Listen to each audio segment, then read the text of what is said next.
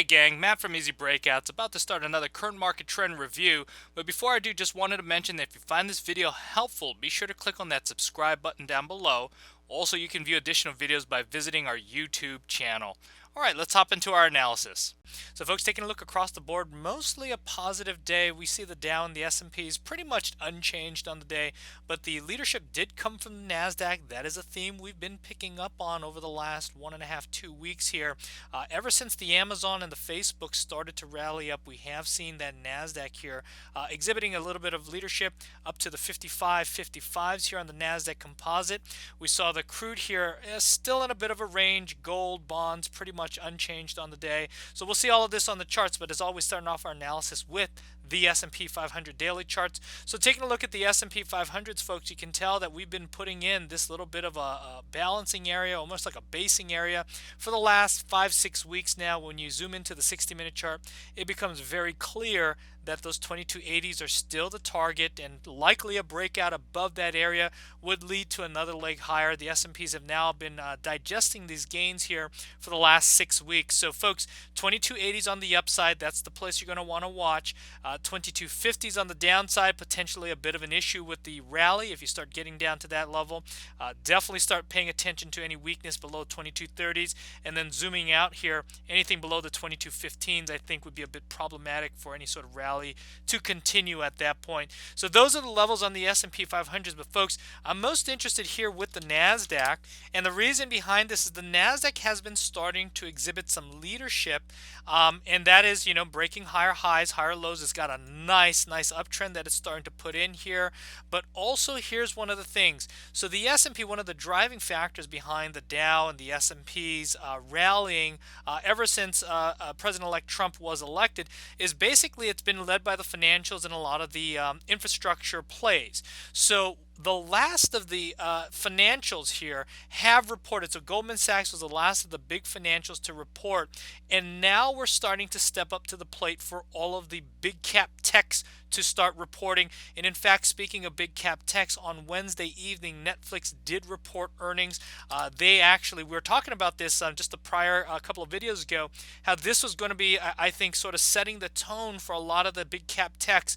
We saw Netflix coming out of the gate. That's up actually 10% after hours here, as we take a look at the pre-market trade for Netflix. So folks, Netflix coming out with great earnings. That is rocketing up higher, about 10%. But when we take a look at the next week and a half, we're going to be ramping it up. So Apple is going to be next on deck. That staged a bit of a breakout just about a week and a half ago. But if you look at this, it really hasn't gotten that breakaway move, right, that we're associating with breakouts. So there might be another opportunity for another trade in here. You look at Google, same thing. That kind of broke out of this basing pattern, a little bit of a cup and handle. That has now formed another high handle right above it. So here's a couple of things going on. One is, we are approaching that window for the big cap techs to start reporting. But two is that even if you start seeing some of these stocks move, don't lose track of them. Watch them. They'll give you those additional entries. Also, keep in mind Amazon, just a few days away, and that looks kind of almost at this point kind of starting to look like a little bit of a cup. If you give it maybe another 3-4 days, you might actually have a bit of a handle in there. So the Amazon's starting to shape up, and we've got the Facebook in here. Very sharp rally off the lows as we were looking at some of those resistance levels being the catalyst for a rip off the bottom. So folks, even with the Facebook, just a couple of sideways days, and now you've got a handle. All of a sudden you've got a recognizable chart pattern. And remember what our game plans are, right? Buying stocks that are near 52-week highs, good relative strength, breaking out of recognizable chart patterns with that volume. And so watch these charts. So even if maybe we can't trade them because of earnings volatility, watch them post earnings to see if they give you any additional setups on a daily chart or a 60-minute chart. Moving over to some of our external markets here, taking a look at our crude charts. So crude here, folks, has been in this bit of a range here between the 51s and the 54s. No different today, still in that range. I think you got to get up and over the 54s or below the 51s to get any sort of directional bias on the crude. We do have actually crude inventories coming up Thursday today at 11 o'clock Eastern, so be on alert support for that for any of the people who are trading energy names or the crude contract. We have the bonds here, folks, kind of backing off. So we noticed how this was an area, the 125s, a couple of touches up here. We said if it could break above the 125s, you might have a chance at a leg higher. But folks, the reason why we watch these areas of resistance is because they form due to sellers coming in and offering supply. And that's why every time it got up to these 125s, you can kind of see it backed off.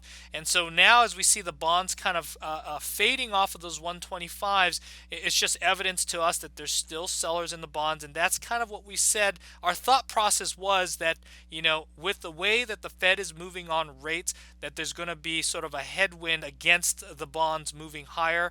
And so, folks, watch for any break below these 123 evens. That could be a continuation of the move lower.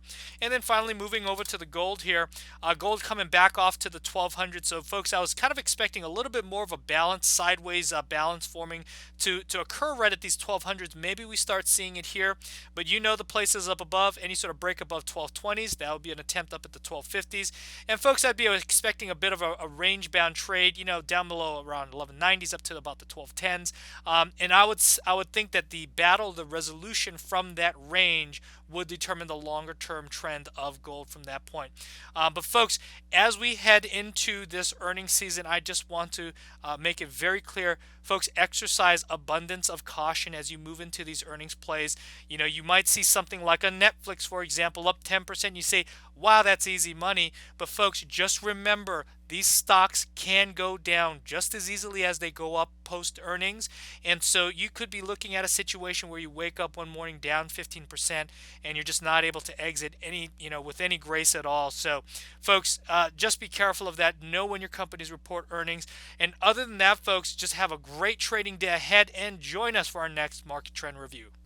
Hey, by the way, if you haven't done so already and you're liking the analysis, go ahead and hit that subscribe button down below. And as a reminder, you can also view additional videos by visiting our YouTube channel. Or if you'd like to find out more about Easy Breakouts, go ahead and click that Show More right above the comments section to find out more about Easy Breakouts.